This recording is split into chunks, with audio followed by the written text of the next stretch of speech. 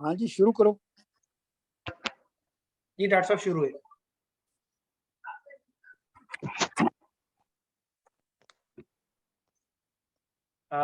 मैं शुरू कर देना डॉक्टर साहब जी। जी हाँ जी काफी शाह हुसैन जी अज कर रहे हैं ਅਸੀਂ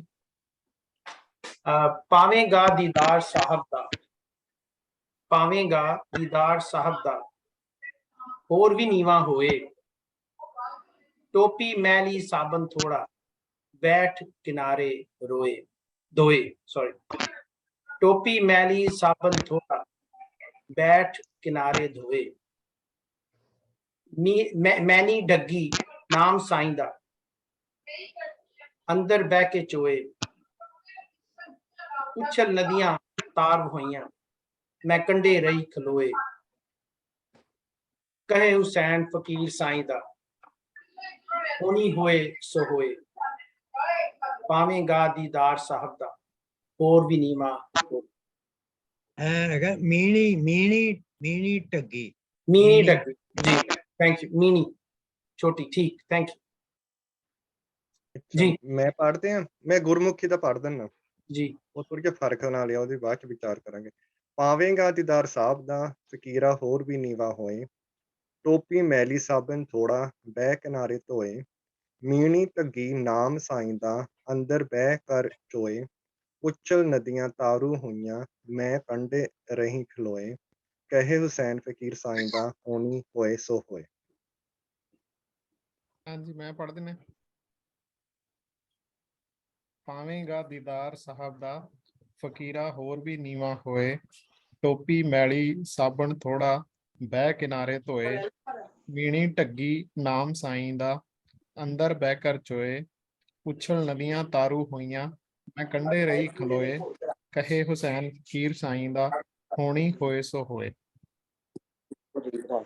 डिस्ट्रैक्शन बड़ी हो रही है अख्तर साहब दा तुसी ना सईद साहब बंद कर दियो जरा।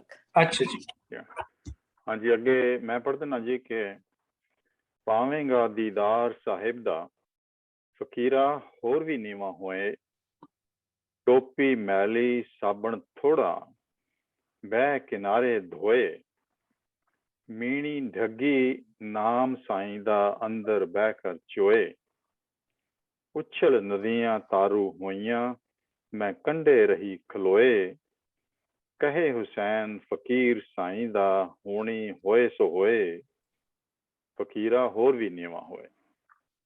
मैं बोल देनी है जी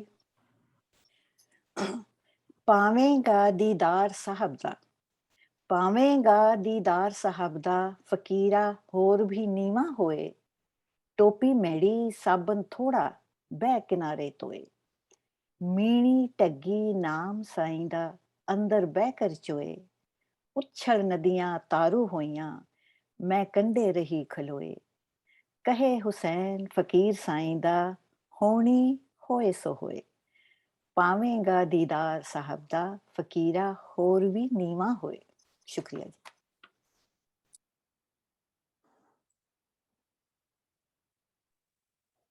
चलो मैं पढ़ देना पावेगा दीदार साहब दा पावेगा दीदार साहब दा होर भी नीवा होए टोपी मैली साबुन थोड़ा बैठ किनारे धोइए सॉरी टोपी मैली साबुन थोड़ा बैठ किनारे धोए मीनी ढगी नाम साईं दा अंदर बह के चोइए अंदर बह के चोए उछल नदियां तारू होइयां मैं कंडे रही खलोए कहे हुसैन फकीर साईं दा होनी होए सो होए।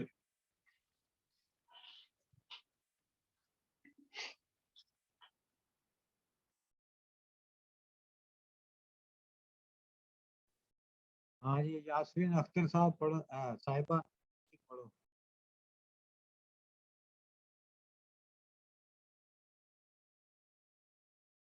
अनम्यूट कर लो अपने आप।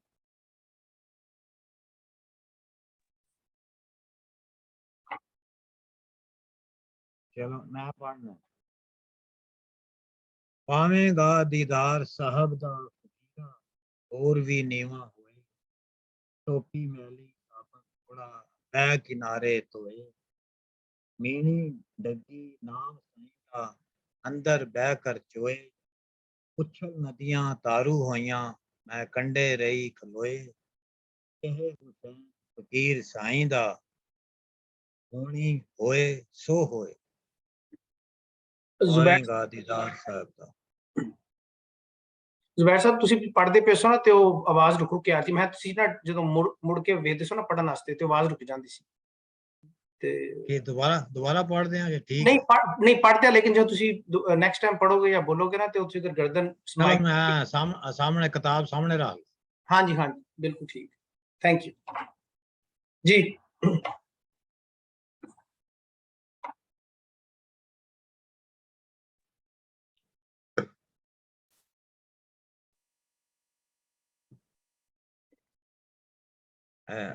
ਅੰਮ੍ਰਿਤਪਾਲ ਜੀ ਰਹਿ ਗਏ।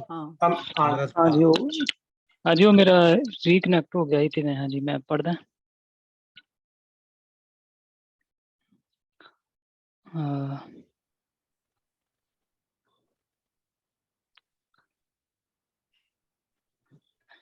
ਪਾਵੇਂਗਾ ਦੀਦਾਰ ਸਾਹਿਬ ਦਾ ਫਕੀਰਾ ਹੋਰ ਵੀ ਨੀਵਾਂ ਹੋ ਮੈਲੀ ਟੋਪੀ ਸਾਬਨ ਥੋੜਾ ਬਹਿ ਕਿਨਾਰੇ ਧੋ ਮੀਣੀ ਢੱਗੀ ਨਾਮ ਸਾਈਂ ਦਾ ਅੰਦਰ ਬਹਿ ਕੇ ਚੋ ਉਛਲ ਨਦੀਆਂ ਤਾਰੂ ਹੋਈਆਂ ਮੈਂ ਕੰਢੀ ਰਹੀ ਖਲੋ ਕਹਿ ਹੁਸੈਨ ਫਕੀਰ ਸਾਈਂ ਦਾ ਹੋਣੀ ਹੋਈ ਸੋ ਹਾਂਜੀ।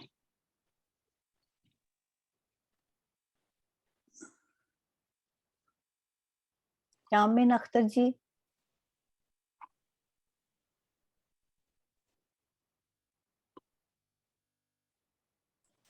सर जी तुसी पढ़ दो। अख्तर नहीं अच्छा जी फीमेल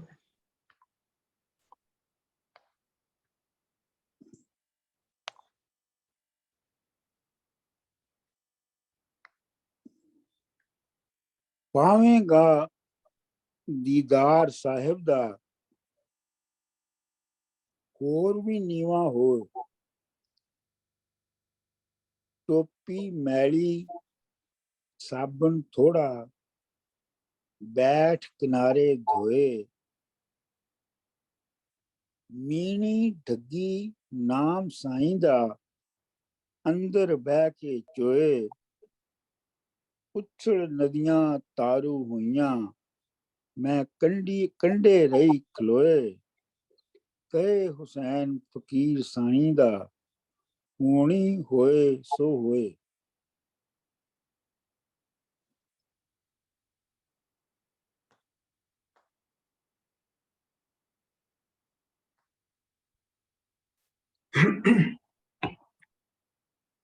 यामिन अख्तर साहब रह गई या नहीं साहब? अगर कोई नहीं तुसी चलो ਸਹੀ ਸਾਹਿਬ ਭਲਾ ਤੁਸੀਂ ਉਹਨਾਂ ਨੂੰ ਅਨਮਿਊਟ ਕਰਕੇ ਦੇਖੋ ਨਾ। मैं ना रिक्वेस्ट की थी अनम्यूट थी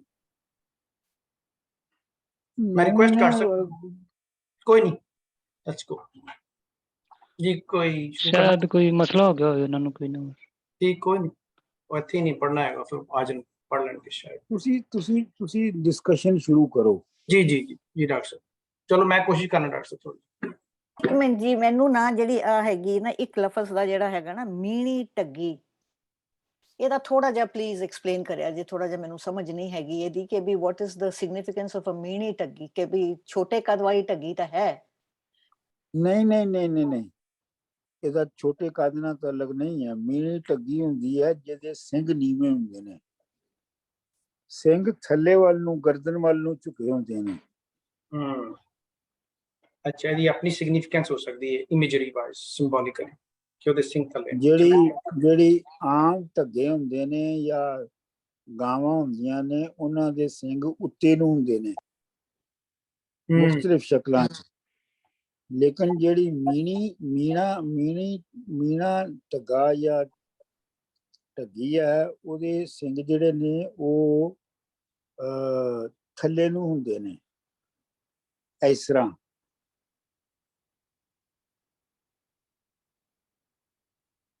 जी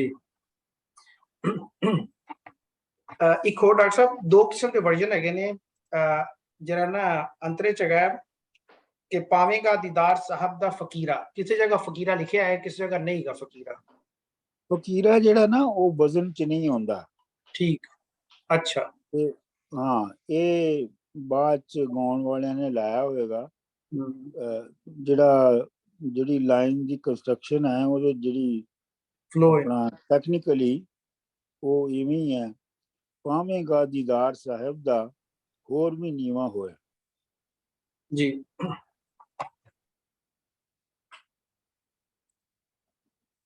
मैं कोशिश करना थोड़ी जी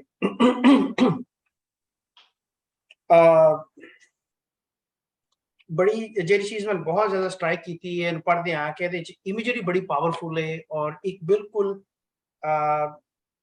बड़ी पिक्चरस्क है तस्वीर फोटो बन जाती तुहाडे ज़हन दे सारी ना कि जिवें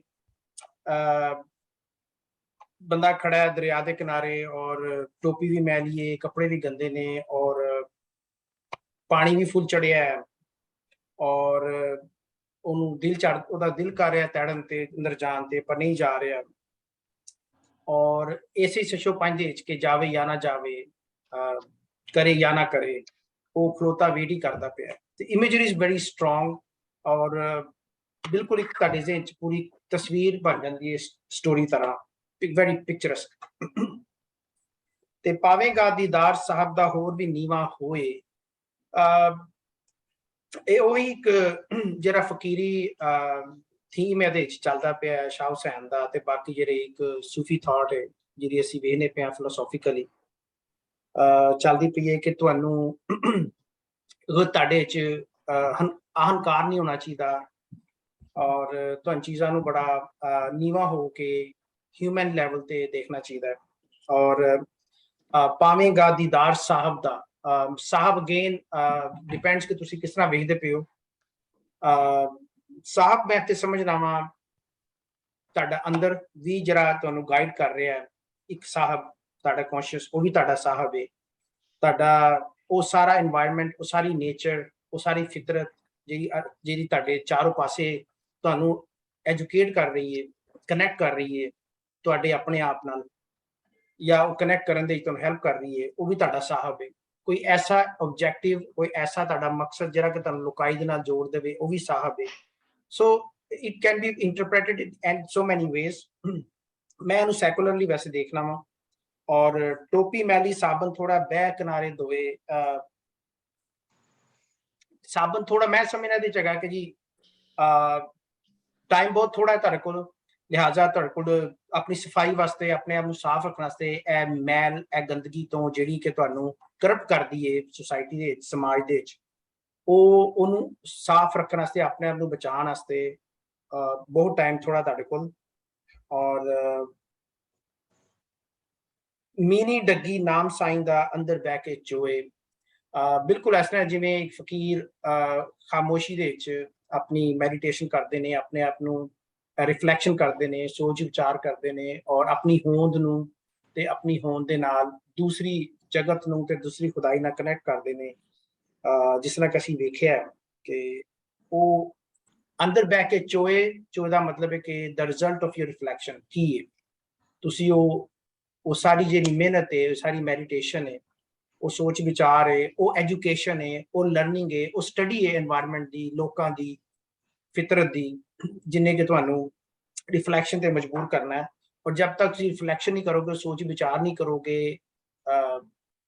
तन्हाई दे विच कल्ले हो के या तुसीं अपने आप नू कनैक्ट नहीं कर सकते जब तक तुसीं अपनी होंद ते अपनी होंद नू जिहड़ी बाहर दी फितरत है उन्हां नाल कनैक्ट करन दे बारे च की उन्हां दा ताल्लुक है आपस च ते नहीं सोचोगे ते तुसीं किते नहीं पहुंच सकते उछल नदियां तारू होइयां मैं कंढे रही खलोए इमेजरी मैंने बहुत अच्छी लगी है उछल नदियां का मतलब लग्या जिवें कि इंसान की जिंदगी च बहुत सारियां ड्रीम्स होंदे ने डिजायर्स होंदियां जर्निंग्स होंदियां विशेस होंदियां जिन्हें कि खत्म हो हजारों ख्वाहिशें ऐसी कि हर ख्वाहिश पे दम निकले बहुत निकले मेरे अरमान लेकिन फिर भी कम निकले उधर मेरा ध्यान जाता है तो कह रहे हैं कि अगर तुसी अपने आप नू पॉजिटिवली ट्रैक ते रखना चाहते हो और कनैक्ट रहना चाहते हो फितरत नाल ते लोकाई नाल ते तुहानू अपना आप नू ना कंट्रोल जिहड़ियां अनब्राइडल्ड डिजायर्स ने जिन्हां नू लगाम नहीं अगर तुसी अपने आप नू जिवें कि बुद्धा ने भी कहा सी कि निर्वाण लैना ते तुहानू अपनी ख्वाहिशां तो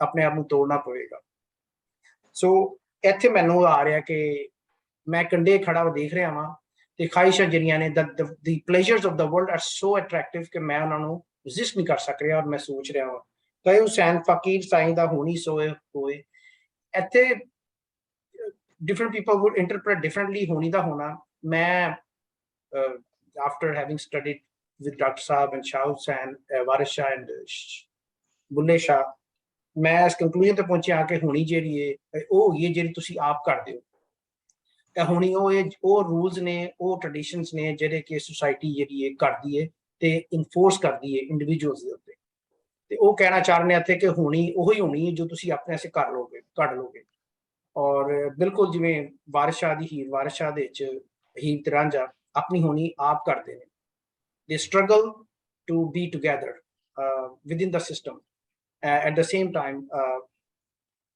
challenging the system itself so मैंने ना समझाया थोड़ा सा thank you जी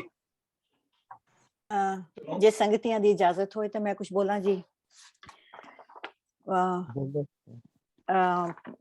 ਮੈਨੂੰ ਏਦਾਂ ਲੱਗਦਾ ਕਿ ਮੈਂ ਚੌਥੇ ਬੰਦ ਤੋਂ ਸ਼ੁਰੂ ਕਰਦੀ ਹਾਂ ਜੀ ਮੈਨੂੰ ਲੱਗਦਾ ਹੈ ਕਿ ਜਿਹੜਾ ਇਹ ਸਾਰਾ ਅਮਲ ਹੋ ਰਿਹਾ ਆ it is focus towards that ਬੰਦ ਅੱਛਾ ਤੁਸੀਂ ਚੌਥੇ ਬੰਦ ਨੂੰ ਨਾ ਦੋ ਤਰੀਕਿਆਂ ਨਾਲ ਲੈ ਸਕਦੇ ਹੋ ਇੱਕ ਤੇ ਇਹ ਜੋ ਭਰਪੂਰ ਨਦੀ ਰੂਪੀ ਸੰਸਾਰ ਹੈ ਉਸ ਦਾ ਕਈ ਭਰਪੂਰ ਮਜ਼ਾ ਲੈ ਰਹੇ ਹਨ ਉਸ ਵਿੱਚ ਤਰ ਰਹੇ ਹਨ ਉਸ ਦੇ ਜਾਂ ਨੇਮਤਾਂ ਨੂੰ ਇੰਜੋਏ ਕਰ ਰਹੇ ਹਨ ਤੇ ਦੂਜਾ ਮਤਲਬ ਇਹ ਹੈ ਕਿ ਜਦ ਕਿਸੇ ਨਦੀ ਵਿੱਚ ਉਛਾਲ ਆਉਂਦਾ ਹੈ ਤੇ ਉਸ ਵਿੱਚ ਤਰਨ ਦਾ ਖਤਰਾ ਹੁੰਦਾ ਹੈ ਕੋਈ ਜਾਣੂ ਤਾਰਕ ਹੀ ਉਸ ਵਿੱਚ ਤਰ ਸਕਦਾ ਹੈ ਤੇ ਬੰਦਿਆ ਤੂੰ ਆਪਣੇ ਆਪ ਨੂੰ ਇਸ ਕਾਬਲ ਬਣਾ ਕਿ ਜੋ ਵੀ ਜ਼ਿੰਦਗੀ 'ਚ ਤੂਫਾਨ ਆਣ ਜਾਂ ਉਛਾਲ ਆਣ ਕਿ ਤੂੰ ਇਸ ਦੁਨੀਆ ਦੇ ਵਿੱਚ ਕਿ ਤੂੰ ਇਸ ਵਿੱਚ ਤਰ ਕੇ ਨਿਕਲੇ ਸੋ ਮੈਨੂੰ ਇਹ ਲੱਗਦਾ ਕਿ ਇਹ ਦੋ ਮਤਲਬ ਹੋ ਸਕਦੇ ਨੇ ਤੇ ਮੈਂ ਕੰਢੇ ਤੇ ਰਹੀ ਖਲੋ ਇਸ ਦੇ ਵੀ ਦੋ ਮਤਲਬ ਹੋ ਸਕਦੇ ਨੇ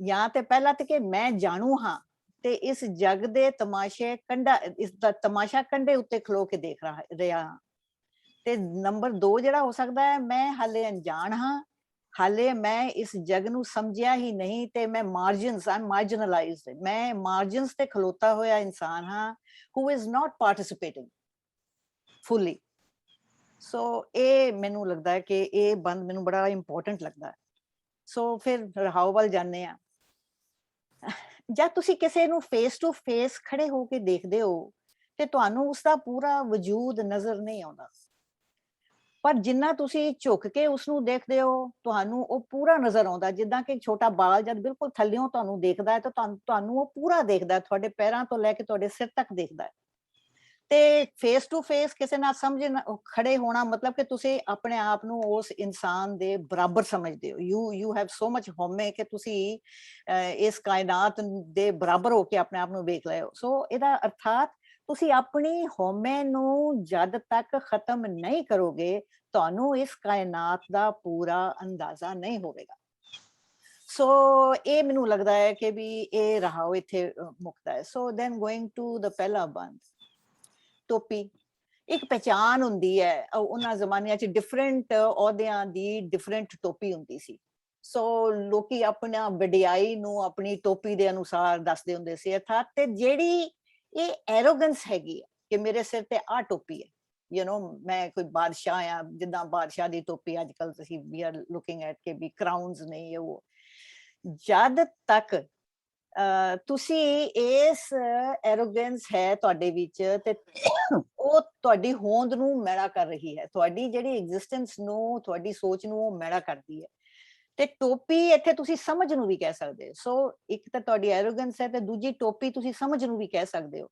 ਤੇ ਔਰ ਉਹ ਕਹਿੰਦੇ ਨੇ ਕਿ ਤੇਰੇ ਵਿੱਚ ਇੰਨੀ ਅਕਲ ਹੀ ਨਹੀਂ ਯਾਨੀ ਕਿ ਸਾਬਣ ਘੱਟ ਹੈ ਹਾਲੇ ਤੇਰੇ 'ਚ ਇੰਨੀ ਸਮਝ ਹੀ ਨਹੀਂ ਤੇਰੇ 'ਚ ਇੰਨੀ ਜਾਗਰਤੀ ਹੀ ਨਹੀਂ ਆਈ ਸਮਝ ਹੀ ਨਹੀਂ ਕਿ ਤੂੰ ਇਹਨਾਂ ਤੋਂ ਉੱਚਾ ਉੱਠ ਸਕੇ ਔਰ ਇਸ ਕਰਕੇ ਹੀ you are still not fully engaged in this universe ਬੈ ਕਿਨਾਰੇ ਤੋਂ ਮਤਲਬ ਕਿ ਹਾਲੇ ਤੂੰ you not fully engaged in this universe ਤੇ ਫਿਰ ਜੇ ਆਪਾਂ ਦੂਜੇ ਬੰਦ ਵਿੱਚ ਆਏ ਤੇ ਗੁਰਬਾਣੀ ਵਿੱਚ ਨਾਮ ਦੀ ਮਹਿਮਾ ਤੇ ਬਹੁਤ ਦੱਸੀ ਗਈ ਹੈ ਲਾਈਕ ਯੂ ਨੋ ਨਾਨਕ ਬਿਨ ਨਾਵੇਂ ਸੁਖ ਨਾਹੀ ਆਏ ਗਏ ਪਛਤਾਏ ਫਿਰ ਕਹਿੰਦੇ ਨੇ ਨਾਮ ਧਨ ਜਿਸ ਜਨ ਕੀ ਕੇ ਪੱਲੇ ਸੋਈ ਪੂਰਾ ਸਾਹਾ पर इत्थे अर्थात है कि जिस इंसान ने इस कायनात दा तत समझ लिया वो मुकम्मल हो गया। उसनों हमेशा ये याद रखना चाहिए, he has to be always aware of it है। ते जेड़ी आ फिर जेड़ी आ आंदी है गल अपने गां दी जेड़ी की किदा जेड़ी मीनी ढग्गी दी। अच्छा, यानी कि जेड़ा मीनी ढग्गी है, जिस तरह डॉक्टर साहब ने हुणे दसिया कि भी ओदे सिंग हुंदे ने थल्ले ते जेड़े सिंग उत्ते हुंदे आ दैट इज थ्रेटनिंग, ਉਹ ਤੁਹਾਨੂੰ ਉਹਦੇ ਕੋਲੋਂ ਤੁਹਾਨੂੰ ਖਤਰਾ ਹੈ, ਡਰ ਆ। ਪਰ ਜਿਹੜੀ ਇਹ ਗਾਂ ਹੈ ਇਹਦੇ ਤੇ ਜਿਹੜੇ ਸਿੰਘ ਨੇ ਉਹ ਥੱਲੇ ਨੇ, ਜਿਹੜਾ ਨਾਮ ਹੈ ਇਹ, ਔਰ ਗਾਂ ਦਾ ਜਿਹੜਾ ਹਮੇਸ਼ਾ ਇਮੇਜ ਹੁੰਦਾ ਹੈ ਇੱਕ ਗਿਵਿੰਗ, ਇੱਕ ਨਰਚਰਿੰਗ। ਸੋ ਉਹਨਾਂ ਨੇ ਇੱਕ ਨਰਚਰਿੰਗ ਗਿਵਿੰਗ ਗੁਰੂ ਜਾਂ ਨਾਮ ਜਾਂ ਇਸ ਦੁਨੀਆ ਦੇ ਤੱਤ ਦਾ ਉਹਨਾਂ ਨੇ ਇੱਕ ਸ਼ਕਲ ਖਿੱਚੀ ਹੈ। ਉਹ ਕਹਿੰਦੇ ਨੇ ਕਿ ਇਹ ਜਿਹੜੀ ਕਾਇਨਾਤ ਹੈ, ਇਸ ਸ੍ਰਿਸ਼ਟੀ ਹੈ, ਇਟ ਇਜ਼ ਅ ਨਰਚਰਿੰਗ ਸ੍ਰਿਸ਼ਟੀ, it is not a threatening ਸ੍ਰਿਸ਼ਟੀ। ਇਹ ਨਹੀਂ ਕਿ ਤੁਹਾਨੂੰ ਮਾਰ ਦਊਗੀ, ਖਤਮ ਕਰ ਦਊਗੀ। So you it's a loving, ਔਰ ਤੁਹਾਨੂੰ ਹਮੇਸ਼ਾ ਦੇ ਰਹੀ ਹੈ। You are the one who has to extract from it. ਤੁਸੀਂ ਆਪਣੇ ਸੰਤੋਖ ਨੂੰ, ਆਪਣੀ ਸਮਝ ਨੂੰ ਇਸ ਕਿਹੜੀ ਗਾਂ ਸੀ, ਇਹਦਾ ਨਾਂ ਕੀ ਹੈਗਾ, ਉਸ ਗਾਂ ਰੂਪ ਦੇ ਨਾਲ ਤੁਸੀਂ ਉਹਦੇ ਕੋਲੋਂ ਲੈਣਾ ਹੈ। It's going to nurture you. So ਮੈਨੂੰ ਇੱਥੇ ਇਹ ਲੱਗਦਾ ਇਟ ਇਜ਼ ਅ ਬਨੇਵੋਲੈਂਟ ਗਾਂ ਦੀ ਤਰ੍ਹਾਂ ਹੈ, ਜਿਸ ਤੋਂ ਤੁਹਾਨੂੰ ਜਿੰਨਾ ਮਰਜ਼ੀ ਤੁਸੀਂ ਇਹਦੇ ਵਿੱਚੋਂ ਗਿਆਨ, ਤੁਸੀਂ ਹੈ ਆਪਣੇ ਮਨ ਦਾ ਆਧਾਰ, ਤੁਸੀਂ ਇਹਦੇ ਕੋਲੋਂ, ਗਾਂ ਦੇ ਕੋਲੋਂ ਤੁਸੀਂ ਆਪਣੇ ਤਨ ਦਾ ਆਧਾਰ ਲੱਭਦੇ ਹੋ, ਇਸ ਸ੍ਰਿਸ਼ਟੀ ਕੋਲੋਂ ਤੁਸੀਂ ਆਪਣੇ ਮਨ ਦਾ ਆਧਾਰ ਲੱਭਣਾ। ਸੋ ਬੰਦ ਪੰਜਵਾਂ ਤੇ ਤੁਹਾਡਾ ਇਸ ਜੱਗ ਵਿੱਚ ਹੋਣ ਦਾ ਚੱਲਣ ਨਿਰਧਾਰਿਤ ਹੈ। ਤੁਸੀਂ ਇਸ ਜੱਗ ਵਿੱਚ you are bound by the rules and laws of this nature and it's ਨਿਰਧਾਰਿਤ, it's already ਨਿਰਧਾਰਿਤ। ਤੁਸੀਂ ਇੱਥੇ ਸ੍ਰਿਸ਼ਟੀ ਦੇ ਨਿਯਮਾਂ ਅਨੁਸਾਰ ਹੀ ਵਿਚਰਨਾ ਹੈ। ਥੋੜੀ ਜੀ ਗੱਲ ਮੈਨੂੰ ਜੇ ਹੀ ਸਮਝ ਆਈ। Thank you.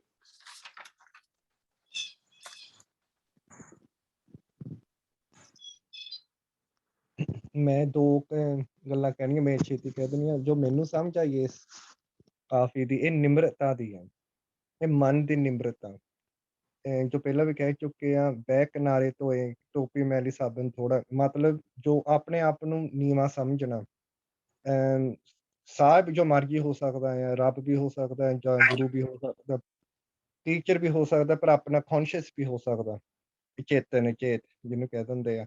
ਪਰ ਇਹ ਆਪਣੇ ਮਨ ਦੀ ਗੱਲ ਆ ਕਿ ਵੀ ਆਪਣੇ ਆਪ ਨੂੰ ਨੀਵਾਂ ਸਮਝਣਾ, ਨਿਮਰਤਾ ਵਿੱਚ ਰਹਿਣਾ ਤੇ ਹੰਬਲ ਰਹਿਣਾ। ਤੇ ਮੈਨੂੰ ਇਸ ਕਾਫੀ ਦੀ ਇੰਨੀ ਕੁ ਸਮਝ ਆਈ, ਬਸ ਮੇਰੀ ਇਹੀ ਸੋਚਣੀ ਸੀਗੀ। ਜੀ ਮੈਂ ਵੀ ਵੱਡਿਆਂ ਤੋਂ ਪਹਿਲੇ ਬੋਲਣਾ ਥੋੜਾ ਜਿਹਾ। ਹਾਂਜੀ। ਅੱਛਾ ਜੀ, ਮੈਂ ਵੀ ਬੋਲਣਾ ਥੋੜਾ। ਹਾਂਜੀ ਬੋਲੋ ਬੋਲੋ ਸਰ। ਅੱਛਾ, ਪਾਵੇਂਗਾ ਦੀਦਾਰ ਸਾਹਿਬ ਦਾ ਹੋਰ ਵੀ ਨਿਵਾ ਹੋਈਏ। ਇਹ ਕਾਫੀ ਜਿਹੜੀ ਹੈ ਇਹਦੇ 'ਚ ਇਹੀ ਨਜ਼ਰ ਆਉਂਦਾ ਹੈ, ਇੱਕ ਤੇ ਹੰਬਲਨੈਸ ਔਰ ਦੂਸਰਾ ਜਿਹੜਾ ਇਹਦਾ। ਅੱਛਾ, ਪਾਵੇਂਗਾ ਦੀਦਾਰ ਸਾਹਿਬ ਦਾ, ਦੀਦਾਰ ਸਾਹਿਬ ਦਾ ਇੱਕ ਕਾਮਯਾਬੀ, ਖੁਸ਼ੀ, ਫੁਲਫਿਲਨੈਸ ਵੀ ਹੈ ਕਿ ਜ਼ਿੰਦਗੀ 'ਚ ਕਾਮਯਾਬੀ, ਖੁਸ਼ੀ, ਫੁਲਫਿਲ ਹੋਣਾ ਔਰ ਬਲੈਸਡ ਹੋਣਾ, ਉਹ ਤਾਂ ਹੀ ਹੋ ਸਕਦਾ ਕਿ ਜਦੋਂ ਬੰਦਾ ਖੁਦ ਨੀਵਾਂ ਆਏ, ਔਰ ਦੂਸਰਾ ਉਹ ਨੀਵਾਂ ਹੋਏ, ਔਰ ਦੂਸਰਾ ਹੈ ਕਿ ਜਿਹੜੀ ਚੀਜ਼ ਹੈ ਨਾ, ਆਪਣੇ ਆਪ ਨੂੰ ਸਾਫ਼। ਇਨਸਾਨ ਦੀ ਵੱਡੀ ਜੰਗ ਔਰ ਸੂਫੀਆਂ ਦੀ ਵੱਡੀ ਜੰਗ ਇਹੀ ਰਹੀ ਹੈ ਕਿ ਉਹ ਦੁਨੀਆ ਨਾਲ ਲੜਨ ਦੇ ਬਜਾਏ ਉਹਨਾਂ ਦਾ ਆਪਣੇ ਮਨ ਨਾਲ ਲੜਨ ਦਾ ਸਭ ਤੋਂ ਜ਼ਿਆਦਾ ਮੁਸ਼ਕਿਲ ਕੰਮ ਇਹੀ ਸਮਝਿਆ ਜਾਂਦਾ। ਵੈਸੇ ਹੈ ਵੀ ਇਹੀ ਹੈ। ਤੇ ਉਹੀ ਕਹਿੰਦੇ ਟੋਪੀ ਮੈਲੀ ਸਾਬਣ ਥੋੜਾ, ਬੈਠ ਕਿਨਾਰੇ ਧੋਈਏ, ਕਿ ਜਿਹੜਾ ਅੰਦਰ ਦਾ ਮੈਲ ਹੈ ਉਹਨੂੰ ਖਤਮ ਕਰਨਾ ਬੜਾ ਜ਼ਰੂਰੀ ਹੈ। ਔਰ ਉਹ ਇੰਨਾ ਜ਼ਿਆਦਾ ਹੈ ਮੇਰੇ ਅੰਦਰ ਮੈਲ ਕਿ ਉਹਨੂੰ ਧੋਣ ਵਾਸਤੇ ਸਾਬਣ ਥੋੜਾ, ਮਤਲਬ ਮੈਨੂੰ ਉਹਨੂੰ ਸਾਫ਼ ਕਰਨਾ ਜ਼ਿਆਦਾ ਜ਼ਰੂਰੀ ਹੈ। ਜਿਸ ਤਰ੍ਹਾਂ ਕਹਿੰਦਾ ਨਾ, ਇਹ ਧਰਤੀ ਜ਼ਨ ਹੈਜ਼ ਪਲੀਤੀ ਧੋਤਿਆਂ ਪਾਕ ਨਾ ਥੀਵੇ ਹੋ। ਤੇ ਮੈਨੀ ਠੱਗੀ ਨਾਮ ਸਾਈਂ। ਅੱਛਾ, ਮੀਨੀ ਲਫ਼ਜ਼ ਜਾਂ ਮੀਨਾ ਲਫ਼ਜ਼ ਜਿਹੜਾ, ਇਹ ਪੰਜਾਬੀ ਕਲਚਰ ਦਾ ਬੜਾ ਹੀ ਖੂਬਸੂਰਤ ਲਫ਼ਜ਼ ਹੈ, ਜਿਹਦੇ ਵਿੱਚ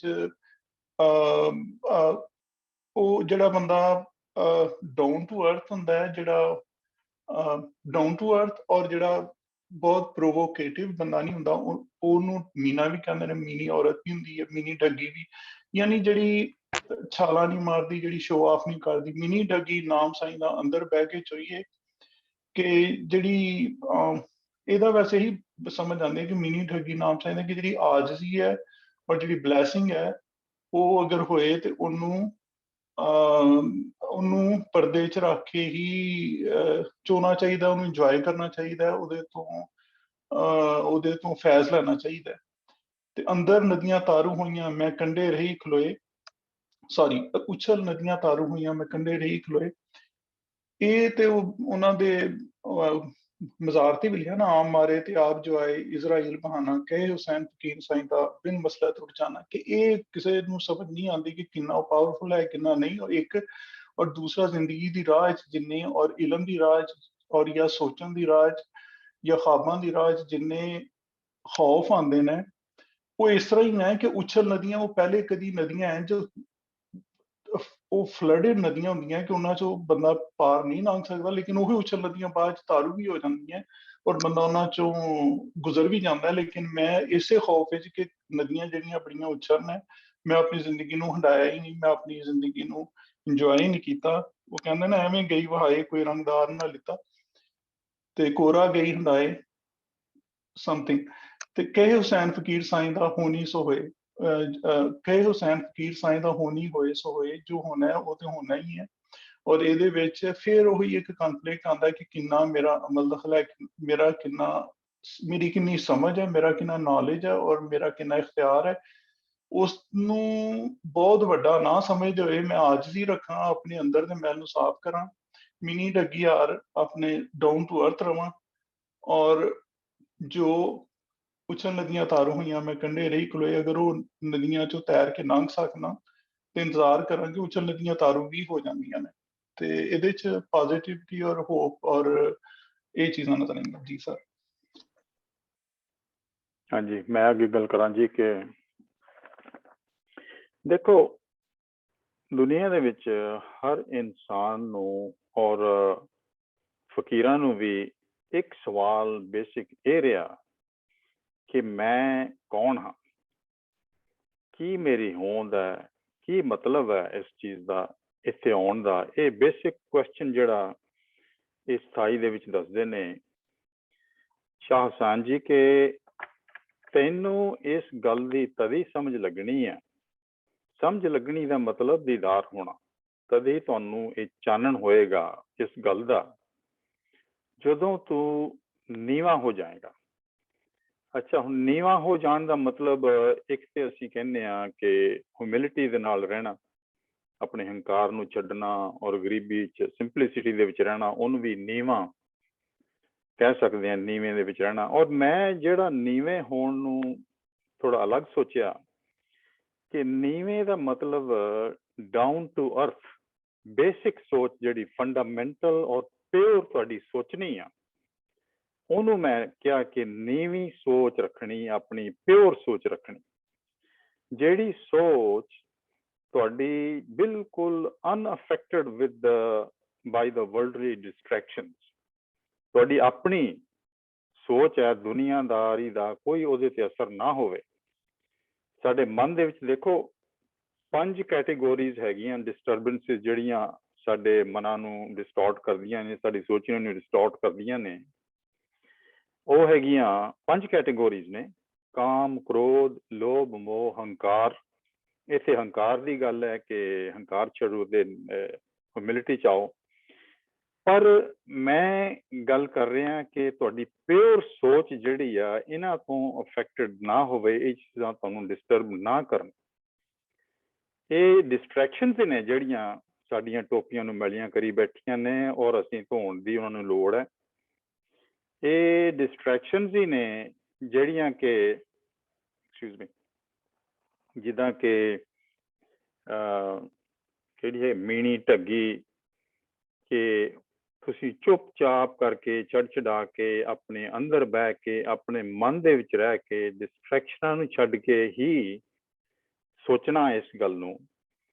ਔਰ ਦਰਿਆ ਦੀਆਂ ਛੱਲਾਂ ਜਿਹੜੀਆਂ ਮੁਸ਼ਕਲਾਂ ਨੇ ਚੜ ਕੇ ਆਉਂਦੀਆਂ, ਔਰ ਮੈਂ ਆ ਜੋ ਇੱਕ ਐਸੇ ਟਾਈਪ ਦਾ ਇਨਸਾਨ ਹੈ ਕਿ ਇਨਡਿਸਾਈਸਿਵ ਹਾਂ, ਕੰਢੇ ਤੇ ਬੈਠੇ ਹਾਲੇ ਮੈਂ ਸੋਚੀ ਜਾ ਰਿਹਾ, ਇਹ ਮੁਸ਼ਕਲਾਂ ਮੇਰਾ ਪਿੱਛਾ ਨਹੀਂ ਛੱਡ ਰਹੀਆਂ।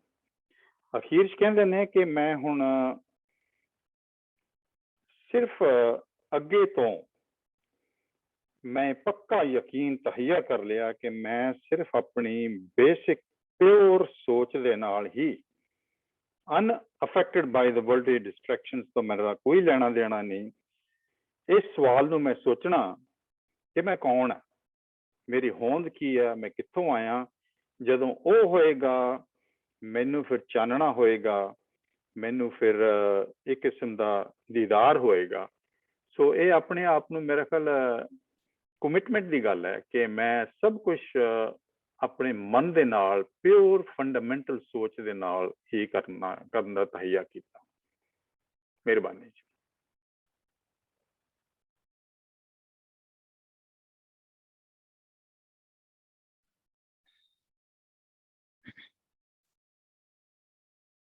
ਹਾਂਜੀ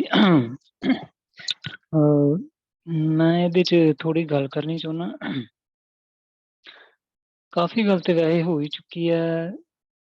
ਇੱਕ ਦੋ ਗੱਲਾਂ ਮੈਨੂੰ ਨਾ ਇੱਥੇ ਨੋਟ ਕਰਨ ਵਾਲੀਆਂ ਕਿ ਸ਼ਾਹ ਹੁਸੈਨ ਨੇ ਤਕਰੀਬਨ ਆਪਣਾ ਸਾਰਾ ਵਰਕ ਆ ਜਿਹੜਾ ਜਦੋਂ ਬਿਆਨ ਕਰਦੇ ਤੇ ਇੱਕ ਔਰਤ ਦੇ ਰੂਪ ਦੇ ਵਿੱਚ ਕਰਦੇ, ਪਰ ਇੱਥੇ ਉਹਨਾਂ ਨੇ ਇੱਕ ਕਿਹਾ ਕਿ ਟੋਪੀ ਮੈਲੀ ਸਾਬਣ ਥੋੜ੍ਹਾ ਬਹਿ ਕਿਨਾਰੇ ਧੋਏ, ਤੇ ਇਹਦੇ ਤੋਂ ਬਾਅਦ ਦੇ ਵਿੱਚ ਇੱਕ ਜਿਹੜੀ ਅਗਲੀਆਂ ਦੋ ਲਾਈਨਾਂ, ਉਛਲ ਨਦੀਆਂ ਤਾਰੂ ਹੋਈਆਂ ਮੈਂ ਕੰਢੇ ਰਹੀ ਖਲੋਏ, ਉਹ ਇੱਕ ਹੀ ਕਾਫੀ ਦੇ ਵਿੱਚ ਉਹ ਔਰਤ ਰੂਪ ਵੀ ਹੋਏ ਆ ਤੇ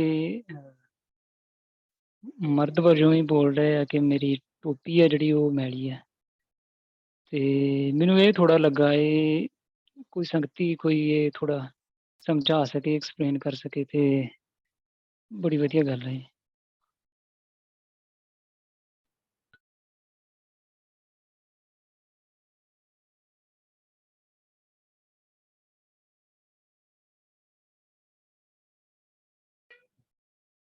ਹੋਰ ਕੋਈ ਸਾਹਿਬ ਗੱਲ ਕਰਨਗੇ?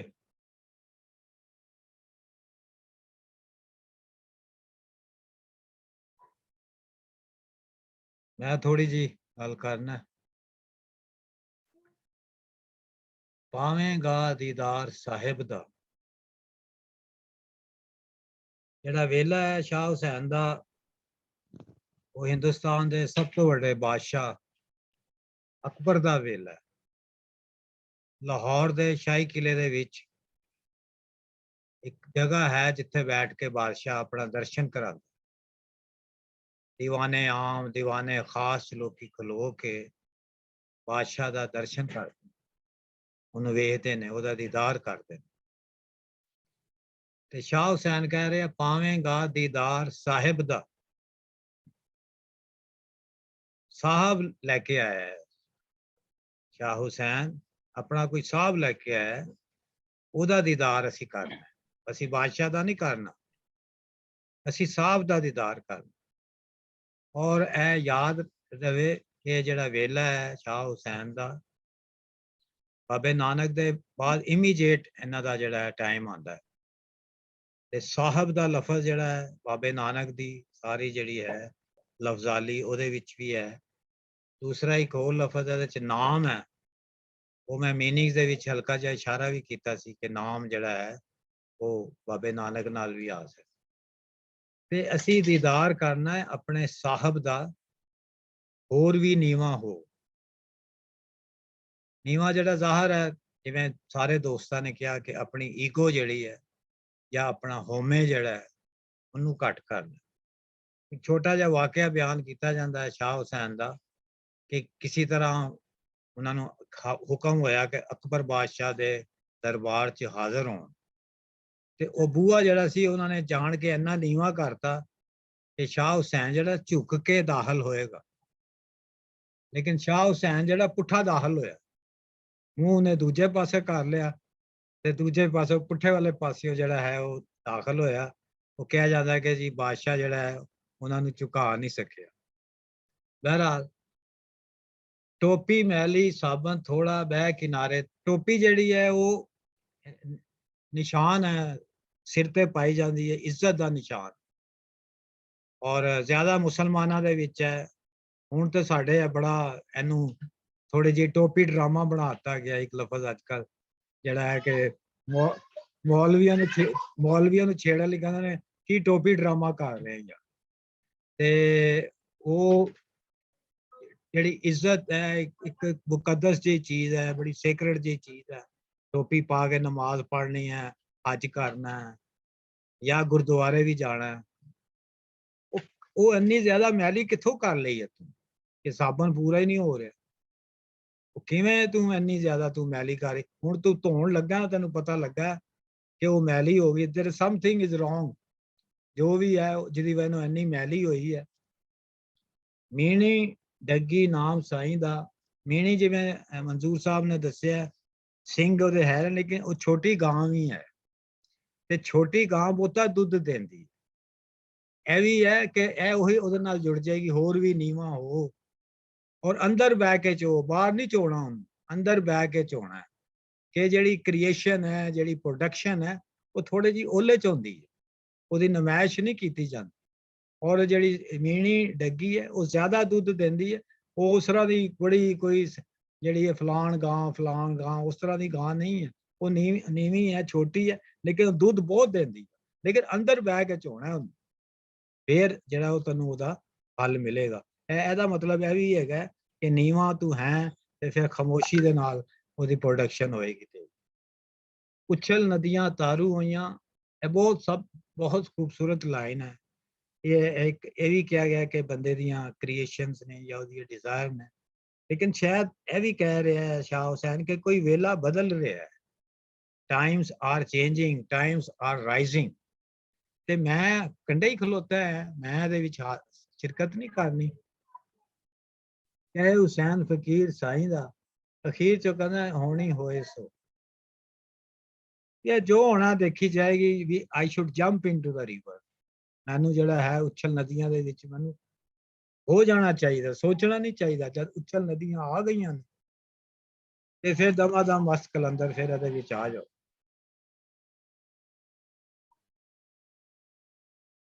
ਬਸ।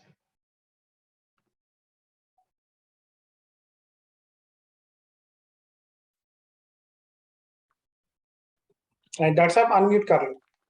ਇੱਕ ਮਾੜੀ ਜਿਹੀ ਲਾਈਨ ਕਹਿਣੀ ਦੱਸਣਾ ਚਾਹੁੰਦੀ ਸੀ ਜੀ, ਜਿਹੜੀ ਪਹਿਲੇ ਚ ਜਿਹੜੀ ਰਹਾਉ ਚ ਹੈਗੀ ਆ, ਹੋਰ ਵੀ ਨੀਵਾਂ ਹੋਏ।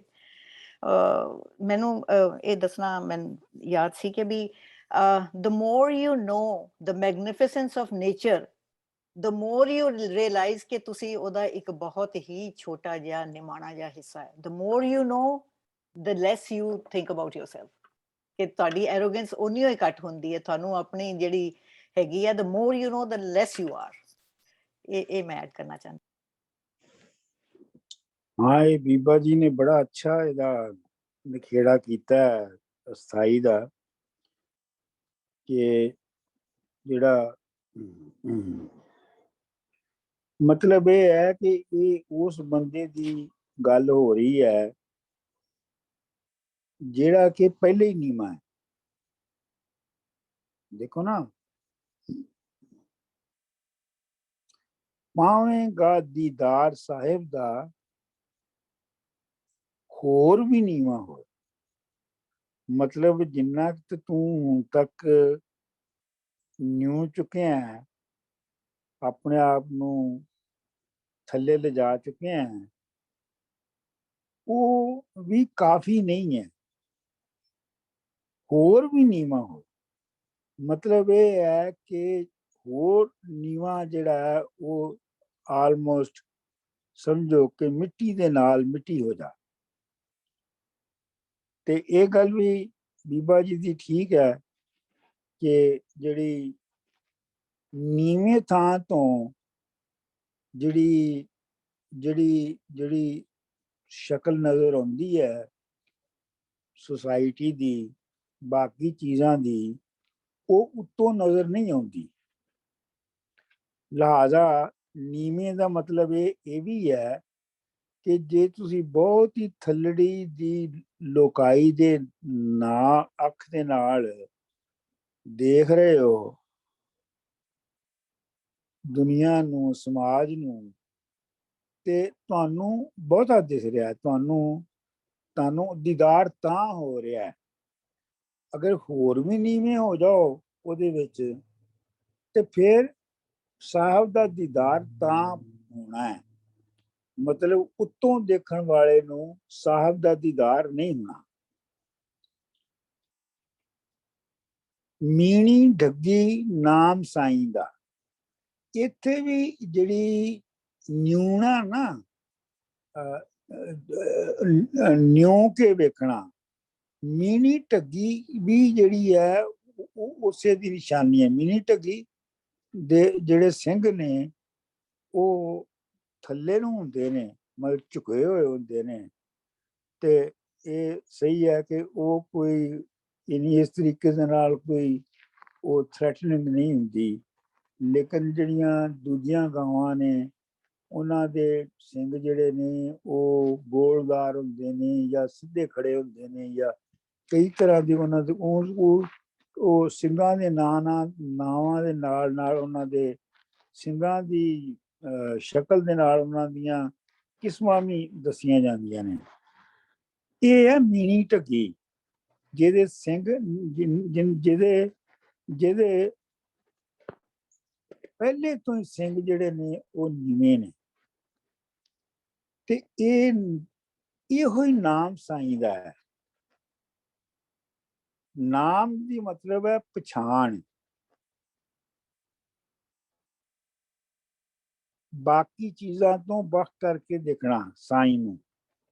ਸਾਈਂ ਦੀ ਪਛਾਣ ਇਹੋ ਹੀ ਹੈ, ਜਿਵੇਂ ਨੀਵੀਂ ਢੱਗੀ ਦੇ ਸਿੰਘ ਥੱਲੇ ਹੁੰਦੇ ਨੇ। ਅੰਦਰ ਬਹਿ ਕੇ ਚੋ,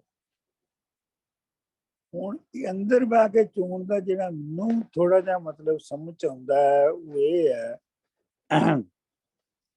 ਇੱਕ ਤੇ ਇਹ ਹੈ ਕਿ ਤੁਸੀਂ ਆਪਣਾ ਕੁਝ ਥੋੜਾ ਬਹੁਤ ਤੁਹਾਨੂੰ ਸਮਝ ਆ ਗਈ, ਦੁਨੀਆ ਦੀ ਚਾਨਣ ਆ ਗਿਆ ਤੁਹਾਨੂੰ ਥੋੜਾ ਬਹੁਤ, ਤੁਸੀਂ ਦੁਨੀਆ ਦੇ ਵਿੱਚ ਜਿਵੇਂ ਮੌਲਵੀਆਂ ਨੇ ਰੌਲਾ ਪਾਇਆ ਆਪਣੇ ਇਲਮ ਦਾ ਥਾਂ ਥਾਂ ਤੇ ਇਜ਼ਹਾਰ ਕਰਦੇ ਹੋ, ਥਾਂ ਥਾਂ ਤੇ ਉਹਦਾ ਮਾਣ ਲੈਂਦੇ ਹੋ ਤੇ ਆਪਣੇ ਆਪ ਨੂੰ ਵੱਡਾ ਸਾਬਤ ਕਰਨ ਲਈ ਉਸ ਇਲਮ ਦੀ ਵਰਤੋਂ ਕਰਦੇ ਹੋ। ਤੇ ਦੂਸਰਾ ਇਹ ਹੈ ਕਿ ਇਹ ਬਿਲਕੁਲ ਇੱਕ ਪਰਸਨਲ ਐਕਸਪੀਰੀਅੰਸ ਹੈ, ਇਹ ਆਪਣੀ ਅੰਦਰ ਦੀ ਹੋਣ ਦਾ ਐਕਸਪੀਰੀਅੰਸ ਹੈ। ਸਾਈਂ ਦਾ ਨਾਂ ਜਿਹੜਾ ਹੈ ਉਹਨੂੰ, ਉਹਦੀ ਜਿਹੜੀ ਮੀਣੀ ਢੱਗੀ ਸਾਈਂ ਹੈ ਉਹਨੂੰ ਚੋਇਆ ਜਾਣਾ ਹੈ, ਦੁੱਧ ਉੱਥੋਂ ਲਿਆ ਜਾਣਾ ਹੈ। ਉਹ ਦੁੱਧ ਦਿੰਦੀ ਹੈ ਔਰ ਦਿੰਦੀ ਰਹਿੰਦੀ ਹੈ, ਪਰ ਉਹ ਦੁੱਧ ਅੰਦਰ ਬਹਿ ਕੇ ਚੋਇਆ ਜਾ ਸਕਦਾ ਹੈ ਜਾਂ ਚੋਇਆ ਜਾਣਾ ਚਾਹੀਦਾ ਹੈ। ਉਛਲ ਨਦੀਆਂ ਤਾਰੂ ਹੋਈਆਂ, ਮੈਂ ਕੰਢੇ ਰਹੀ ਖਲੋਏ ਨਹੀਂ, ਮੈਲੀ ਟੋਪੀ ਸਾਬਣ ਥੋੜਾ ਬਹਿ ਕਿਨਾਰੇ ਧੋਏ। ਇਹਦੇ ਵਿੱਚ ਵੀ ਤੁਸੀਂ ਦੇਖੋ ਕਿ ਇੱਕ ਤੇ ਹੈ ਕਿ ਟੋਪੀ ਮੈਲੀ ਹੈ, ਮੈਲੀ ਜਿਹੜੀ ਹੈ ਉਹ ਮੈਲੀ ਅਸੀਂ ਆਪਣੇ ਕਰਮਾਂ ਆਪਣੀ ਕਰਤਾਂ ਦੇ ਨਾਲ ਕੀਤੀ ਹੈ,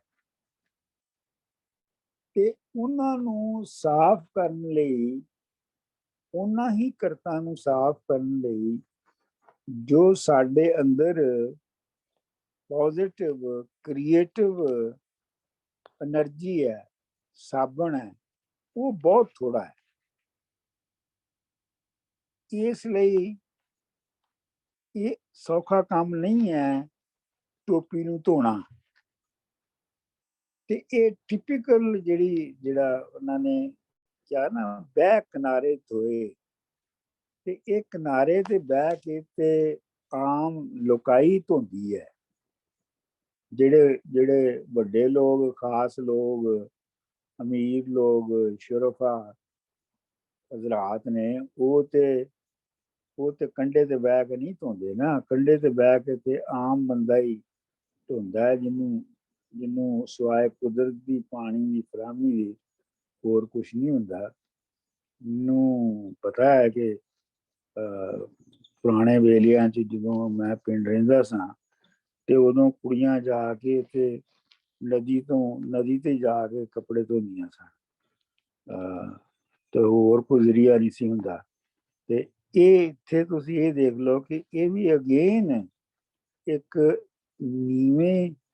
ਨੀਵੀਂ ਖਲਕਤ ਜਿਹੜੀ ਹੈ ਉਹ ਦੀ ਗੱਲ ਹੋ ਰਹੀ ਹੈ। ਮੈਲੀ ਟੋਪੀ ਸਾਬਣ ਥੋੜਾ, ਸਾਬਣ ਜਿਹੜਾ ਉਹਨੂੰ ਸਾਫ਼ ਕਰਨ ਵਾਲਾ ਹੈ, ਸਾਬਣ ਦਾ ਥੋੜਾ ਹੋਣਾ ਵੀ ਉਹਨਾਂ ਵੱਲ ਇਸ਼ਾਰਾ ਹੈ ਜਿਨ੍ਹਾਂ ਦੇ ਸਾਧਨ ਬਹੁਤ ਜ਼ਿਆਦਾ ਨਹੀਂ ਹੈਗੇ, ਜਿਨ੍ਹਾਂ ਕੋਲ ਬਹੁਤ ਜ਼ਰੀਏ ਨਹੀਂ ਹੈਗੇ, ਤੇ ਉਹਨਾਂ ਨੇ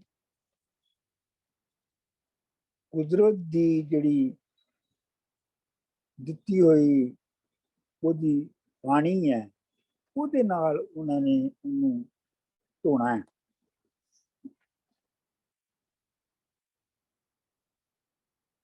ਕਹੇ ਹੁਸੈਨ ਫਕੀਰ ਸਾਈਂ ਦਾ,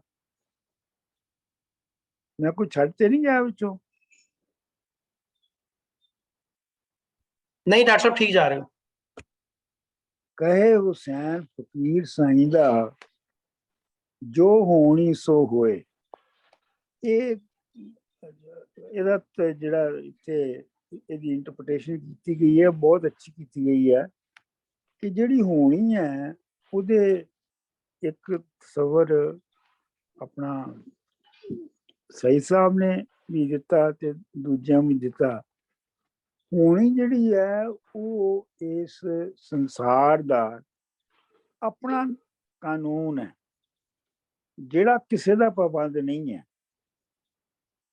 ਉਹ ਉਹਨੇ ਆਪਣੇ ਤੌਰ ਦੇ ਉੱਤੇ ਵਗਦਾ ਰਹਿਣਾ ਹੈ ਔਰ ਅਸੀਂ ਉਸ ਕਾਨੂੰਨ ਨੂੰ ਤਾਂ ਨਹੀਂ ਬਦਲ ਸਕਦੇ, ਪਰ ਅਸੀਂ ਉਸ ਕਾਨੂੰਨ ਨੂੰ ਸਮਝ ਕੇ ਉਹਦੇ ਨਾਲ ਰਲਤੀ ਹੋ ਸਕਨੇ ਆ।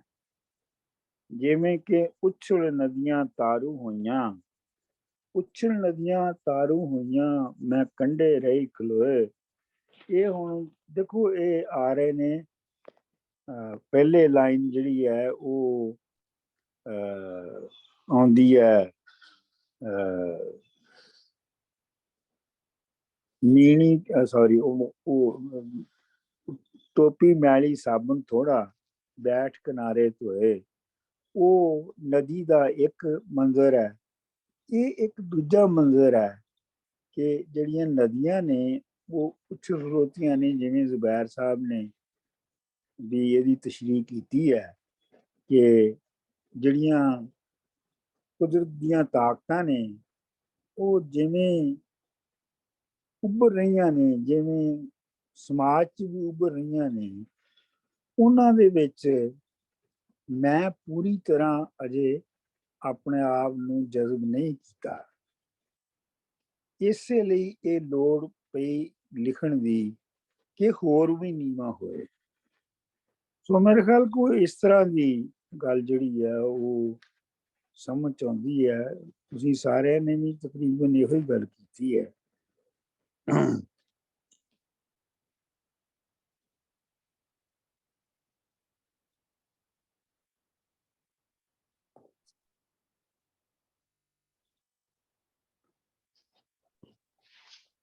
जी डॉक्टर साहब, और किसी ने कोई सवाल नहीं गा ते ਅਸੀਂ ਕਰ ਲਈਏ, ਗਾ ਲਈਏ ਫਿਰ।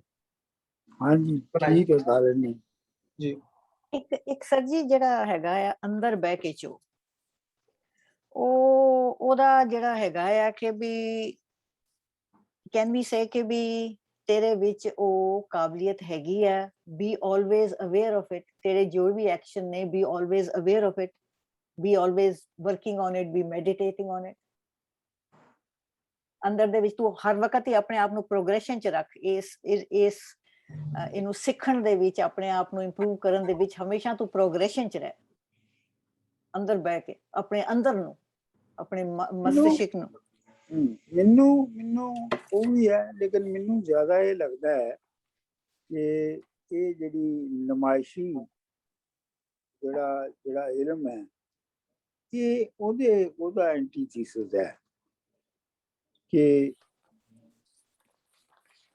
ਇਹ ਆਪਣੀ ਅੰਦਰ ਦੇ ਨਾਲ ਬਹਿ ਕੇ ਤੁਸੀਂ ਇਹ ਟੋਪੀ ਧੋਣੀ ਹੈ ਤੇ ਬਾਕੀ ਗੱਲਾਂ ਤੇ ਉਹ ਮੈਨੂੰ ਤੇ ਇੰਜੀ ਸਮਝ ਆਈ ਆ ਤੇ ਮੈਂ ਹੁਣ ਇਹਨੂੰ ਥੋੜੀ ਜਿਹੀ ਗਾ ਦਿੰਨਾ ਜਿਸ ਤਰ੍ਹਾਂ ਦੀ ਵੀ ਤਰਜ਼ ਬਣੀ ਹੈ।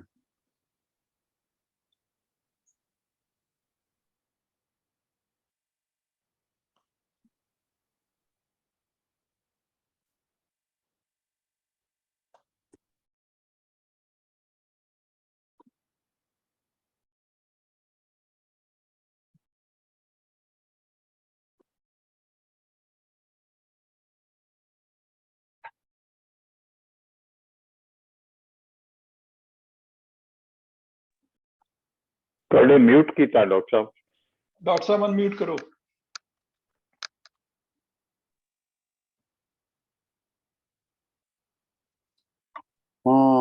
ਪਾਵੇਂਗਾ ਦੀਦਾਰ ਸਾਹਿਬ ਦਾ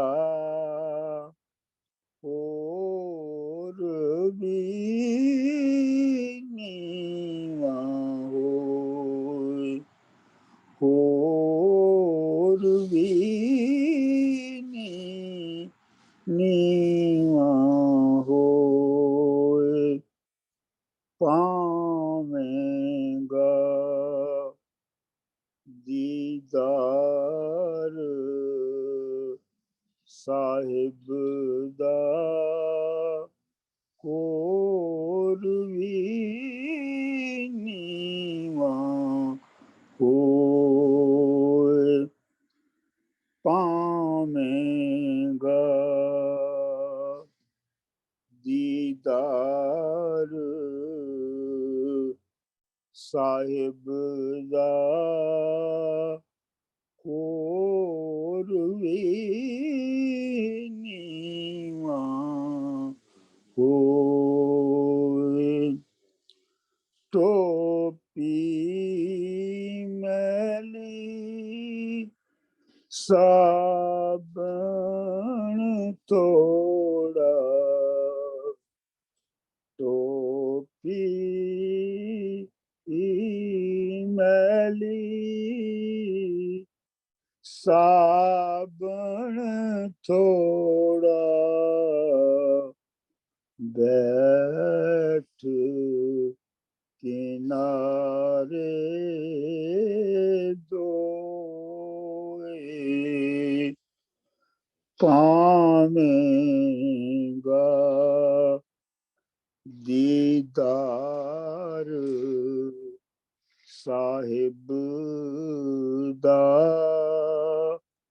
ਹੋਰ ਵੀ ਨੀਵਾਂ ਹੋਏ, ਮੀਣੀ ਢਕੀ ਨਾਮ ਸਾਈਂ ਦਾ,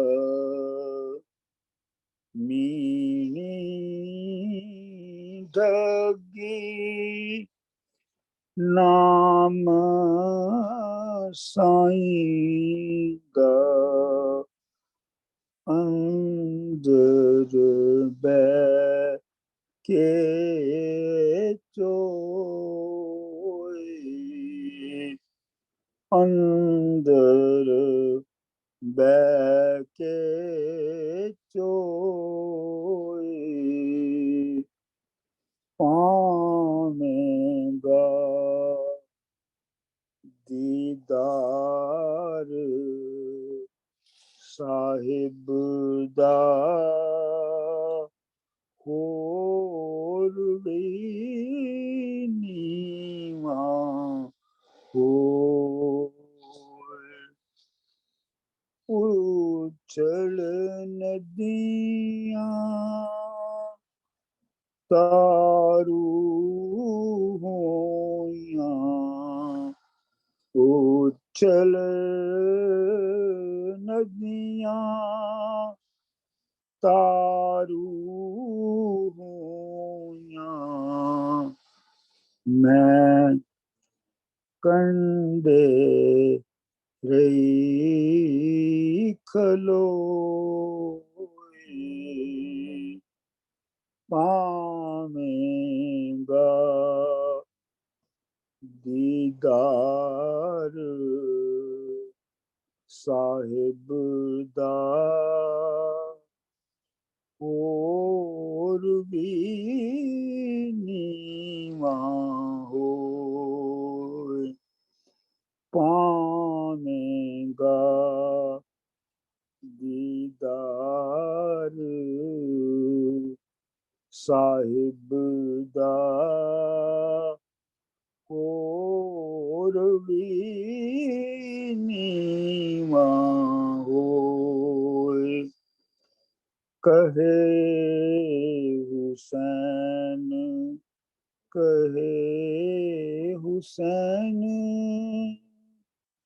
फकीर साईं दा कहे हुसैन फकीर साईं दा होनी होए सो होए पावेंगा दीदार साहिब दा और भी नीवा होए पावेंगा दीदार साहिब दा और भी नीवा होए। बहुत बढ़िया, बहुत बहुत बढ़िया डॉक्टर साहब, वेरी नाइस थैंक यू। बहुत ही अच्छा बिल्कुल ही ਵਧੀਆ ਸੀ ਗਾਇਤ ਕੀ ਸੋ ਇਹ ਰਾਗ ਦਰਜ ਜਿਹੜੀ ਹੈ ਇਹ ਰਾਗ ਪੀਲੂ ਵਿੱਚ ਕੰਪੋਜ਼ ਹੋਈ ਹੈ। ਜੀ ਜੀ ਜੀ ਜੀ ਡਾਕਟਰ ਸਾਹਿਬ ਇਹ ਬੜੀ ਮੈਨੂੰ ਹਟ ਕੇ ਲੱਗੀ ਰਾਗ, ਕਿਉਂਕਿ ਅਸੀਂ ਕਾਫੀ ਰਾਗਾਂ 'ਚ ਤੁਸੀਂ ਇਸ ਤੋਂ ਇਲਾਵਾ ਵੀ ਮੈਂ ਰਿਕਾਰਡ ਕੀਤੀਆਂ ਤੁਹਾਡੀਆਂ ਸਿਰਫ ਕਾਫੀਆਂ ਵੀ ਰਾਗਾਂ, ਲੇਕਿਨ ਇਹ ਰਾਗ ਬੜਾ ਡਿਫਰੈਂਟ ਜਿਹਾ ਸੀ। ਮੇਰਾ ਖਿਆਲ ਸੀ ਕਿ ਮੁਸ਼ਕਲ ਹੋਣਾ ਇਹਨੂੰ ਕਰਨਾ, ਲੇਕਿਨ ਤੁਸੀਂ ਬੜਾ ਸਮੂਥਲੀ ਕੀਤਾ ਇਹਨੂੰ, ਜ਼ਬਰਦਸਤ, ਬਹੁਤ ਜ਼ਬਰਦਸਤ। ਉਹ ਜਦੋਂ ਕਾਫੀ ਪੜ੍ਹੀ ਜਾਂਦੀ ਹੈ ਨਾ ਤੇ ਉਹਦੇ ਨਾਲ ਫਿਰ ਥੋੜਾ ਜਿਹਾ ਰਾਗ ਦਾ ਵੀ ਅਹਿਸਾਸ ਹੁੰਦਾ ਕਿ ਕਿਹੜੇ ਰਾਗ ਵਿੱਚ ਆਏਗੀ। ਤੇ ਉਹ ਆਪਣੀਆਂ ਮੇਰੇ ਜ਼ਿਹਨ ਦੇ ਵਿੱਚ ਉਹ ਫਿਰ ਜਿਹੜੀ ਪਹਿਲੀ ਆ ਜਾਂਦੀ ਹੈ ਤੇ ਉਹ ਫਿਰ ਉਹੋ ਹੀ ਰਹਿ ਜਾਂਦੀ ਹੈ। ਡਾਕਟਰ ਸਾਹਿਬ ਕਿਸ ਤਰ੍ਹਾਂ ਤੁਸੀਂ ਇਸ ਚੀਜ਼ ਨੂੰ ਯਾਦ ਰੱਖਦੇ ਹੋ ਕਿ ਇਹ ਕਾਫੀ ਕਿਸ ਰਾਗ 'ਚ? ਪ੍ਰੈਕਟਿਸ ਹੈ ਕਿ ਕਿਸ ਤਰ੍ਹਾਂ ਤੁਹਾਨੂੰ ਪਤਾ ਲੱਗਦਾ ਕਿ ਇਹ ਕਾਫੀ ਕਿਸ ਰਾਗ 'ਚ? ਉਹਦੇ ਟੈਂਪੋ ਉਹਦੀ ਟੈਂਪਰਾਮੈਂਟ ਤੋਂ ਪਤਾ ਲੱਗਦਾ ਹੈ। मूड ऑफ द काफी हाँ मूड ऑफ दिस काफी और केड़ा राग है ਜਿਹਦੇ ਵਿੱਚ ਇਹ ਜ਼ਿਆਦਾ ਅੱਛਾ ਐਕਸਪ੍ਰੈਸ ਹੋ ਸਕਦਾ ਹੈ। ਕਿਉਂਕਿ ਜਿਸ ਤਰ੍ਹਾਂ ਤੁਸੀਂ ਪੜ੍ਹੀ ਨਾ ਉਹਦੇ 'ਚ ਵਾਕਈ ਫਕੀਰਾ ਫਿੱਟ ਨਹੀਂ ਬਹਿ ਰਿਹਾ ਵਜ਼ਨ 'ਚ, ਜਿਵੇਂ ਕਿ ਕਾਫੀ ਜਗ੍ਹਾ ਫਕੀਰਾ ਲਿਖਿਆ ਹੈ ਨਾ ਅੰਤਰੇ 'ਚ। ਹਾਂਜੀ ਹਾਂਜੀ ਸਹੀ ਸਰ ਜੀ ਇਹ ਲੋਕ ਗੀਤਾਂ ਦੇ ਤਰਜ਼ਾਂ ਤੇ ਵੀ ਗਾਈਆਂ ਜਾ ਸਕਦੀਆਂ ਨੇ ਕਾਫੀਆਂ। ਬਿਲਕੁਲ ਲੋਕ ਤਰਜ਼ਾਂ ਤੋਂ ਹੀ ਤੇ ਸਾਰਾ ਕੁਝ ਬਣਿਆ ਹੈ। ਜੀ ਠੀਕ ਡਾਕਟਰ ਸਾਹਿਬ। ਲੋਕ ਤਰਜ਼ਾਂ ਤੋਂ ਕਲਾਸੀਕਲ ਰਾਗ ਬਣੇ ਹੈ। ਇੱਕ ਹਾਂਜੀ ਤੁਸੀਂ ਬੋਲੋ। ਤੇ ਇਸ ਲਈ ਜਿਹੜੇ ਲੋਕ, ਮੈਂ ਖਾਸ ਤੌਰ ਦੇ ਉੱਤੇ ਲੋਕ ਤਰਜ਼ਾਂ ਜਿਹੜੀਆਂ ਜਾਂ ਲੋਕਾਂ ਦੇ ਵਿੱਚ ਜਿਹੜੀਆਂ ਤਰਜ਼ਾਂ ਮਸ਼ਹੂਰ ਬਹੁਤ ਹੋ ਗਈਆਂ ਨੇ, ਮੈਂ ਉਹਨਾਂ ਨੂੰ ਬਹੁਤ ਇੰਪੋਰਟੈਂਸ ਦਿੰਦਾ ਹੈ ਕਿਉਂਕਿ ਦੇ ਆਰ ਟਾਈਮ ਟੈਸਟਡ। ਬਿਲਕੁਲ ਸਹੀ। ਅਮਰਦੀਪ ਸਾਹਿਬ ਕੁਝ ਕਹਿਣਾ ਚਾਹ ਰਹੇ ਸੀ? ਹਾਂਜੀ ਮੈਂ ਇਹ ਕਹਿ ਰਿਹਾ ਸੀ ਕਿ ਕੁਝ ਕਿਤਾਬਾਂ ਜਿਵੇਂ ਸ਼ਾਹ ਹੁਸੈਨ ਕਾਫੀਆਂ ਦੇ ਟੈਕਸਟ ਦੀਆਂ ਜਿਹੜੀਆਂ ਮਿਲਦੀਆਂ ਨਾ ਤਾਂ ਉਹਦੇ 'ਚ ਹਰ ਕਾਫੀ ਦੇ ਨਾਲ ਰਾਗ ਵੀ ਲਿਖਿਆ ਹੁੰਦਾ ਹੈ। ਉਹ ਮਤਲਬ ਹਾਂਜੀ। ਉਹਨੇ ਆਪਣੇ ਵੱਲੋਂ ਹੀ ਐਡ ਕੀਤਾ ਹੋਇਆ ਜਾਂ ਕੁਝ ਆਥੈਂਟਿਕ ਹੈ ਜਿਹੜਾ ਮਤਲਬ ਟ੍ਰੈਡੀਸ਼ਨਲੀ ਪਿੱਛੋਂ ਤੁਰਿਆ ਆ ਰਿਹਾ? ਦੇਖੋ ਮੁxtਲਿਫ ਜਿਨ੍ਹਾਂ ਨੇ ਜਿਹੜੇ ਉਸ ਵੇਲੇ ਜਿਨ੍ਹਾਂ ਰਾਗਾਂ ਚ ਗਾਈਆਂ ਜਾਂਦੀਆਂ ਹੋਣਗੀਆਂ, ਅੱਛਾ ਆਮ ਤੌਰ ਤੇ ਉਹ ਉਹਦਾ ਨਾਮ ਉੱਤੇ ਲਿਖ ਦਿੰਦੇ ਹੋਣਗੇ। ਹੁਣ ਅਸੀਂ ਜਦੋਂ ਕਰ ਰਹੇ ਹਾਂ ਸਾਡੇ ਵੇਲੇ ਮੁxtਲਿਫ ਨੇ, ਸਾਡੀ ਟੈਂਪੋ ਮੁxtਲਿਫ ਹੈ, ਤੇ ਅਸੀਂ ਹੁਣ ਜਦੋਂ ਉਹ ਉਸ ਇਨਰ ਸੈਂਸ ਨੂੰ ਫੜਨ ਦੀ ਕੋਸ਼ਿਸ਼ ਕਰ ਰਹੇ ਹਾਂ ਰਾਗ ਦੇ ਵਿੱਚ, ਤੇ ਅਸੀਂ ਫਿਰ ਉਸ ਹਿਸਾਬ ਨਾਲ ਦੇਖਦੇ ਹਾਂ। ਅਗਰਚੇ ਅਸੀਂ ਕਿਹੜੇ ਕੋ ਰਾਗਾਂ ਦੇ ਮਾਹਿਰ ਹਾਂ, ਅਸੀਂ ਤੇ ਐਵੇਂ ਨਾ ਸਿੱਖੀ ਹੀ ਹੈ ਨਾ, ਥੋੜਾ ਬਹੁਤ ਜਿਹੜਾ ਹੈ ਉਹ ਪਤਾ ਕਰ ਲੈਂਦੇ ਹਾਂ ਤੇ ਉਹਦੇ ਵਿੱਚ। ਲੇਕਿਨ ਇਹ ਪਿਓਰ ਪੀਲੂ ਦੇ ਵਿੱਚ ਇਹਨੂੰ ਮੈਂ ਕੀਤਾ ਸੀਗਾ, ਔਰ ਮੈਨੂੰ ਪੀਲੂ ਰਾਗ ਪਸੰਦ ਵੀ ਬੜਾ ਹੈ। ਹਾਂ ਸਰ, ਜਿਹੜੇ ਉਹਨਾਂ ਜ਼ਮਾਨਿਆਂ ਜਦ ਇਹਨਾਂ ਨੇ ਲਿਖੀਆਂ ਨੇ ਕਾਫੀਆਂ, ਹੁਣ ਤਾਂ ਇਵੋਲਵ ਵੀ ਤੇ ਹੋਏ ਨੇ ਨਾ ਰਾਗ, ਮਿਊਜ਼ਿਕ ਇਵੋਲਵ ਵੀ ਤੇ ਹੋਇਆ ਹੈ ਕਾਫੀ ਇਨ ਦੈਟ ਟਾਈਮ। ਸੋ ਹਾਂ ਹੁਣ ਤੇ ਉਹ ਦੇਰ ਇਜ਼ ਸਹੀ ਹੈ। ਦੇਖੋ ਨਾ ਹੁਣ ਬਹੁਤ ਸਾਰੀ ਜਿਹੜੇ ਫਿਲਮੀ ਸੌਂਗਸ ਨੇ ਜੀ, ਉਹ ਵੀ ਇਹਨਾਂ ਰਾਗਾਂ ਚ ਲਿਖੇ ਗਏ ਨੇ। ਜੀ ਜੀ।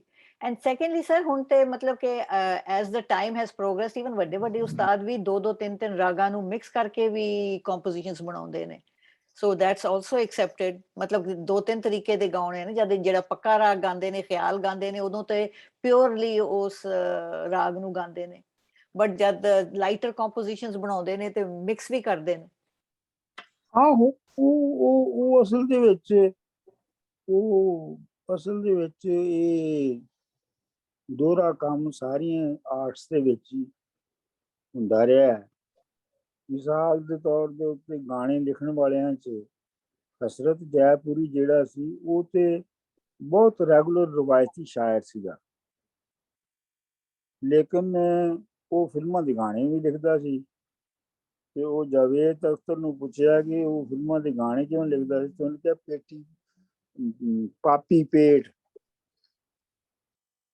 ਪਾਪੀ ਪੇਟ ਲਿਖਾਉਂਦਾ ਹੈ। ਮਹਿੰਦੀ ਹਸਨ ਸਾਹਿਬ ਨੇ ਵੀ ਬੜੇ ਕਈ ਰਾਗਾਂ ਨੂੰ, ਛੋਟੇ ਦੂਜੇ ਰਾਗਾਂ ਨੂੰ ਵਿੱਚ ਜਸਟ ਛੇੜਿਆ। ਉਹ ਫਿਰ ਪਹਿਲਾਂ ਐਕਸਪਲੇਨ ਕਰ ਦਿੰਦੇ ਸੀ ਕਿ ਮੈਂ ਇਹਦੇ ਵਿੱਚ ਥੋੜੀ ਜਿਹੀ ਇਹ ਵੀ ਵਿੱਚ ਹੈਗੀ ਹੈ, ਇਸ ਰਾਗ ਦੇ ਵਿੱਚ ਇਹਦੀ ਝਲਕ। So just to beautify the composition, I guess. ਹਾਂਜੀ। ਰਿਕਾर्डिंग स्टॉप कर दें डॉक्टर साहब? ਹਾਂਜੀ।